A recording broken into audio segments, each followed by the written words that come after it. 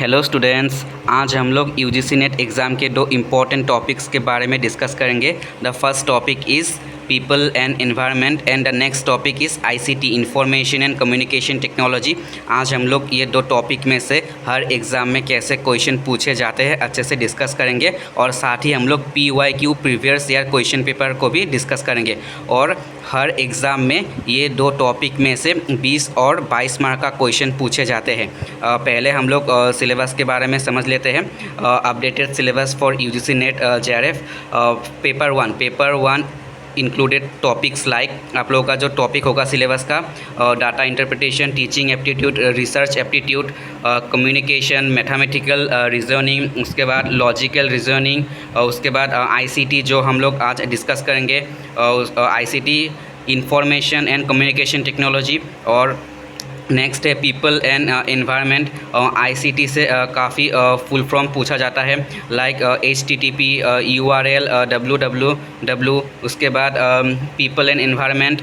Next है higher education system and next है आप लोगों का लास्ट कॉम्प्रीहेंशन। अभी हम लोग आज डिस्कस करेंगे people and environment. The first topic is people and environment. और आप लोगों को पीपल एंड एनवायरनमेंट का मोस्ट इम्पॉर्टेंट टॉपिक है MDG and SDG। MDG means millennium development goals and SDG means sustainable development goals. Her exam में अभी तक जिन लोगों ने एग्ज़ाम के लिए अटेम्प्ट दिया है उनको पता होना चाहिए कि हर एग्ज़ाम में MDG और SDG से एक या दो क्वेश्चन हर एग्ज़ाम में रहता है। तो हम लोग अच्छे से समझ लेंगे और इस वीडियो में से आप लोग का कवर हो जाएगा MDG और SDG। फुल फॉर्म याद रखिएगा। और MDG और SDG का गोल और टारगेट्स कितना होता है पूछा जाता है हर एग्ज़ाम में। और मैच द फॉलोइंग, इस तरह से ये क्वेश्चन आया था आप लोग का 2024 में आया था। चलिए देखते हैं क्वेश्चन को। लिस्ट 1 और लिस्ट 2। मैच द फॉलोइंग, आप लोगों को मैच करना होगा। आप लोग इसको अच्छे से याद रखिएगा। MDG का और SDG का कितना गोल्स है और कितना टारगेट्स है याद रखिएगा, ठीक है। गोल्स एंड टारगेट्स कितना कितना है याद रखिएगा। देखिए पहला क्या है, goals in millennium development goals कितना है, मिलेनियम डेवलपमेंट गोल्स कितना है 8, ठीक है 8 है। MDG का गोल्स कितना है 8 है, याद रखिएगा। नेक्स्ट है टारगेट्स इन मिलेनियम डेवलपमेंट गोल्स, टारगेट कितना है MDG का टारगेट कितना है 21, याद रखिएगा। नेक्स्ट है goals in sustainable development goals. SDG का गोल्स कितना है, SDG का गोल्स है 17, याद रखिएगा। और उसके बाद टारगेट्स इन सस्टेनेबल डेवलपमेंट गोल्स, SDG का टारगेट्स कितना है 169। इम्पोर्टेंट टॉपिक्स है और हर एग्ज़ाम में क्वेश्चन यहाँ से आते हैं। नेक्स्ट है आप लोगों का 45, ये क्वेश्चन आया था आप लोगों का 2024 में आया था। Which of the following are true about the millennium development goals. MDG के बारे में कौन सा यहाँ पर स्टेटमेंट करेक्ट है। MDG हैव 8 गोल्स, ये करेक्ट है आप लोगों का। नीचे आप लोगों का ऑप्शन दिया है कौन सा स्टेटमेंट करेक्ट है, ABC या नेक्स्ट AB, BD, BCD, कौन सा करेक्ट है। देखिए हम लोग पहले ऑप्शन देख लेते हैं क्या क्या है। MDG हैव 8 गोल्स, ये करेक्ट है। अभी हम लोगों ने पढ़ा है MDG गोल्स कितना है 8 है। MDG गोल्स कितना है, मिलेनियम डेवलपमेंट गोल्स कितना है 8 है, ठीक है। नेक्स्ट स्टेटमेंट देखते हैं क्या है। MDG हैव 40 टारगेट्स, ये रॉन्ग है। MDG have 21 targets. अभी हम लोगों ने डिस्कस किया कितना टारगेट्स है, MDG का टारगेट्स कितना है 21। नेक्स्ट हम लोग स्टेटमेंट देखते हैं। नेक्स्ट क्या है, MDG were to be achieved by the year 2015। ये ट्रू स्टेटमेंट है। MDG को 2015 तक प्राप्त किया जाना था। ये दो स्टेटमेंट A और C स्टेटमेंट करेक्ट है। और नेक्स्ट D क्या है, MDG were the successor of sustainable development goals, ये रॉन्ग है। हम लोग का करेक्ट आंसर होगा A और C ऑप्शन B हम लोग का ऑप्शन करेक्ट होगा। नेक्स्ट ये है आप लोगों का SDG सस्टेनेबल डेवलपमेंट गोल्स कितना था, 17 था, और सस्टेनेबल डेवलपमेंट गोल्स का टारगेट्स कितना था, 169, याद रखना। और आप लोगों का SDG सस्टेनेबल डेवलपमेंट गोल्स जो 17 हैं उसके बारे में क्वेश्चन हर साल और हर एग्ज़ाम में पूछा जाता है। जैसे आप लोगों को मैच द फॉलोइंग देगा, नंबर 1, नंबर 2, नंबर 3 गोल्स में क्या क्या बात बताया गया है। एक क्वेश्चन भी आया था, मैं हम सभी को अभी PYQ से दिखा देता हूँ। ये क्वेश्चन आया था, पहले हम लोग गोल्स को अच्छे से समझ लेते हैं। SDG का गोल्स 17, ठीक है। चलिए पहला गोल क्या है, नो प्रोवर्टी। नंबर 1 गोल्स है no poverty, number 2 zero hunger, number 3 good health and wellbeing, next number 4 quality education, and number 5 gender equality, and number 6 clean water and sanitation, number 7 affordable and clean energy, number 7 के बाद number 8 decent work and economic growth, and number 9 industry innovation and infrastructure, and next 10 में है reduce inequalities, number 11 sustainable cities and economics, number 11 के बाद है हम लोगों का number 12 responsible consumption and production, number 13 climate action, number 14 life below water, number 15 life on land, and next है आप लोगों का number 16 piece justice and strong institution, number 17 partnership for the goals. अभी हम लोग अच्छे से ये PYQ समझेंगे। लिस्ट 1, लिस्ट 2 क्वेश्चन दिया गया था, in the 2 list given below, list 1 provide the number of the sustainable development goal, while list 2 indicates its broad area. Match the 2 list and choose the correct answer from the code given below. List 1, list 2। list 1 में क्या दिया गया है, SDG goal number, and list 2 में दिया गया है broad area. तो नंबर 4 गोल क्या था SDG का, अभी हम लोगों ने डिस्कस किया। नंबर 4 था हम लोग का क्वालिटी एजुकेशन, नंबर 5 गोल क्या था, जेंडर इक्वलिटी, एंड नंबर 14 हम लोग का गोल था life below water, and number 15 था लाइफ ऑन लैंड।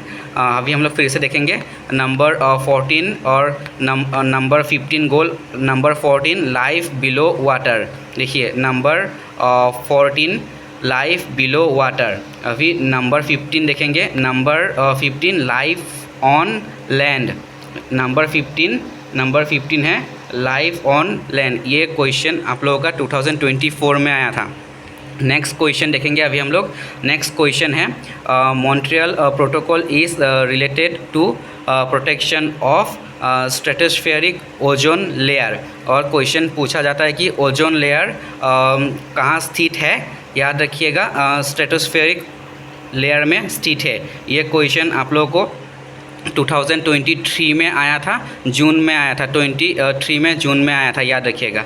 अभी next question, which of the, ये भी 23 में आया था, जून में आया था। Which of the following is not responsible for the destruction of ozone layer. इनमें से कौन सी गैस ओजोन क्षरण के लिए उत्तरदायी नहीं है, याद रखिएगा। इसका करेक्ट आंसर होगा डायोक्सिन, याद रखिएगा डायोक्सिन। और इसके बारे में आप लोग ओजोन लेयर के बारे में अच्छे से समझ लेना, क्योंकि हर एग्ज़ाम में क्वेश्चन पूछा जाता है ओजोन लेयर के ऊपर, ठीक है।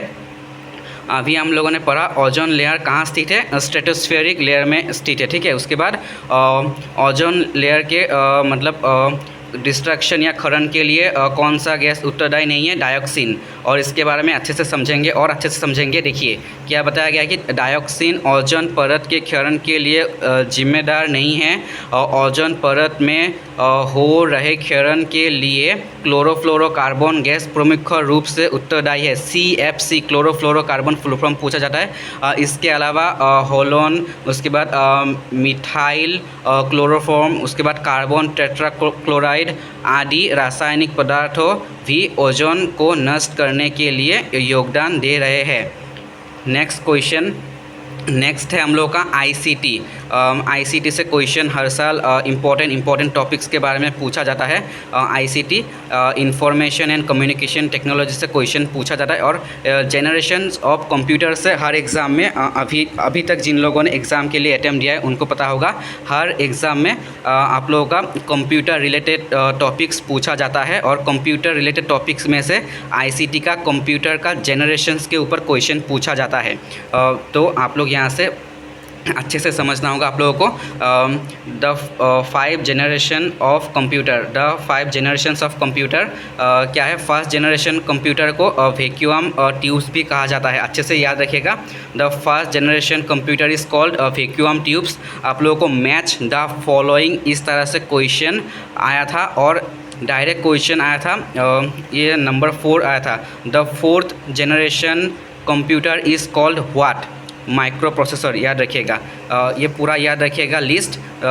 First generation of computer is called vacuum tubes, second generation of computer is called transistors, third generation computer is called integrated circuits, उसके बाद fourth generation of computer is called microprocessor, and fifth generation computer is called artificial intelligence.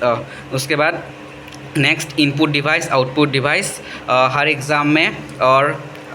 Exam में आप लोगों को input device और output device के अलावा आप लोगों को फाइल साइज़ के बारे में भी क्वेश्चन पूछा जाता है। ये फाइल साइज़, अभी हम लोग पहले इनपुट डिवाइस और आउटपुट डिवाइस को अच्छे से समझते हैं। देखिए, आप लोग इनपुट डिवाइस और आउटपुट डिवाइस को अच्छे से याद रखिएगा, क्योंकि आप लोगों को यहाँ से क्वेश्चन 2024 में आया था। 2024 में जो री एग्ज़ाम हुआ था उसमें आया था, ठीक है, याद रखिएगा। इनपुट डिवाइस और output device, common examples of computer input devices, keyboard, mouse, microphone, scanner और जॉयस्टिक, ये सब क्या है, इनपुट डिवाइस, ठीक है, याद रखिएगा। अभी हम लोग इनपुट डिवाइस के बाद आउटपुट डिवाइस डिस्कस करेंगे। ये जो हम लोगों ने डिस्कस किया ये इनपुट डिवाइस है, ठीक है। हम लोग इनपुट डिवाइस और आउटपुट डिवाइस दोनों डिस्कस करेंगे। पहला है common examples of computer input devices like keyboard, mouse, microphone, scanner and joystick. और नेक्स्ट है some common examples of output devices are monitor, display, printer, speaker, headphones, earphones, projectors, plotters. और अभी इसके बाद है फाइल साइज़। ये file size इस बार भी क्वेश्चन आया था, 2025 जून में भी आया था। File size smallest to largest in order, file size from smallest to largest in order. देखिए, पहले क्या आएगा, फाइल बीट आएगा, उसके बाद बाइट आएगा, उसके बाद किलोबाइट केबी आएगा, उसके बाद मेगाबाइट एमबी आएगा, उसके बाद गीगाबाइट जीबी आएगा, उसके बाद टेराबाइट टीबी आएगा, उसके बाद पेटाबाइट पीबी आएगा, उसके बाद एक्साबाइट ईबी आएगा, उसके बाद जेटाबाइट जेडबी आएगा, उसके बाद योटाबाइट वाईबी आएगा। आज हम लोग ये 2 इम्पॉर्टेंट टॉपिक्स डिस्कस किए। उसके बाद हम लोग next higher education system, teaching aptitude, उसके बारे में अच्छे से समझेंगे। आज के लिए हम लोग यहीं पर रखते हैं। सभी लोग अच्छे से पढ़ते रहिएगा, फिर मिलेंगे एक और नए वीडियो में।